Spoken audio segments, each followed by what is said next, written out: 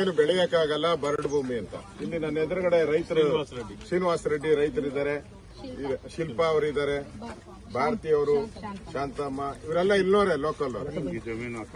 ಈ ಜಮೀನವರು ಇವರು ಅವ್ರು ಹೇಳಿದ್ರು ಜಮೀನವ್ರು ಎಲ್ಲ ಕೊಟ್ಟುಬಿಟ್ಟಿದ್ದಾರೆ, ಬೇರೆಯವ್ರು ಯಾರೋ ಬಂದು ಸ್ಟ್ರೈಕ್ ಮಾಡ್ತಾ ಇದ್ದಾರೆ ಅಂತ. ನೋಡಿ ಜಮೀನವರು ಇಲ್ಲೇ ಇದ್ದಾರೆ ನೋಡಿ, ಒಳ್ಳೆ ಸಪೋರ್ಟ, ಸುಮಾರು ಒಂದು 30 ವರ್ಷದ ಮೇಲೆ ಆಗಿರ್ಬೇಕು ಸಪೋರ್ಟ.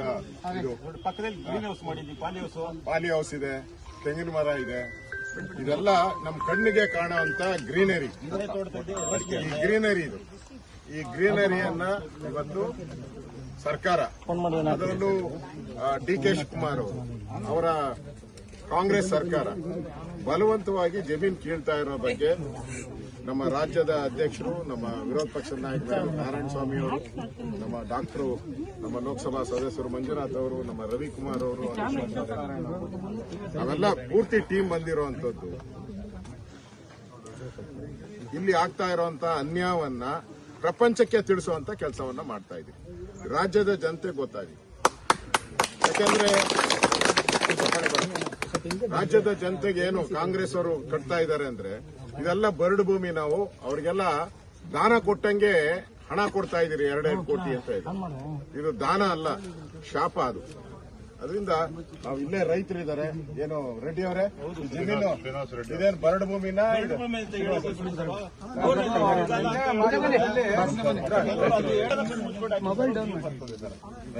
ನಮ್ಮ ಬೋರ್ಗಳು ಓಡ್ತಾ ಇರೋದು 140 ಅಡಿ ನೀರೇ ಸಿಗಲ್ಲ.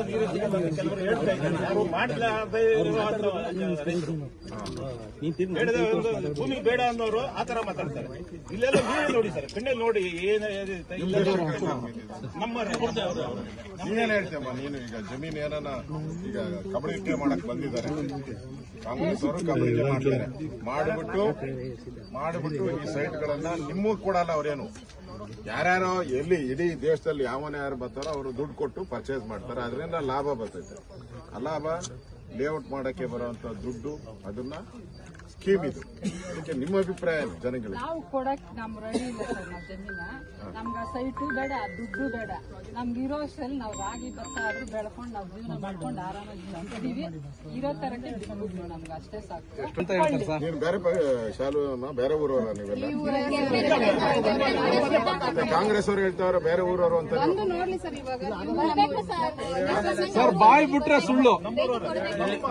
ನಮ್ದು ಎಷ್ಟು ಎಕರೆ ಇದೆ ಇಲ್ಲಿ ತೋಟ? ಇದು 15 ಎಕರೆ ಇದೆ. ನಿಮ್ಮ ಕುಟುಂಬ ಕುಟುಂಬ 1 ಎಕರೆ 2 ಎಕರೆ ಮಾತ್ರ ರೆಡಿ ಇದ್ದಾರೆ ಅದು ಕೃಷಿ ಮಾಡೋದಕ್ಕೆ. 10-15 ಎಕರೆ ಇರೋರು ಕೊಡೋದಕ್ಕೆ ರೆಡಿ ಇದ್ದಾರೆ ಅಂತ ಒಂದು ವಾದ ನಡೀತಾ ಇದೆ. ಇನ್ನು ಊರ ಪಕ್ಕ ಕೆಂಪೈನಪಳ್ಳಿಗೆ ಸೇರಿರೋದು 4 ಎಕರೆ ಇದೆ. 15 ಎಕರೆನೂ ನೀವು ಮಾಡ್ತಾ ಇದ್ದಾರೆ, ಕೃಷಿ ಮಾಡ್ತಿದ್ದಾರೆ. ಇಲ್ಲಿ ನೀವು ಮುಂದಕ್ಕೆ ಹೋದ್ರೆ ಅಡಿಕೆ ಇದೆ, ರೇಷ್ಮೆ ಇದೆ. ಇಲ್ಲಿ ಸ್ವಲ್ಪ ಮುಂದೆ ನಿಮ್ಮ ಅವರ ಅಭಿಪ್ರಾಯ ಬೇಡ, ಅಕ್ವೈರಾಗದ್ ಬೇಡ. ಇದು ಬರಡು ಭೂಮಿ ಅಲ್ಲ, ಇದು ನೀರಾವರಿ ಭೂಮಿನೇ.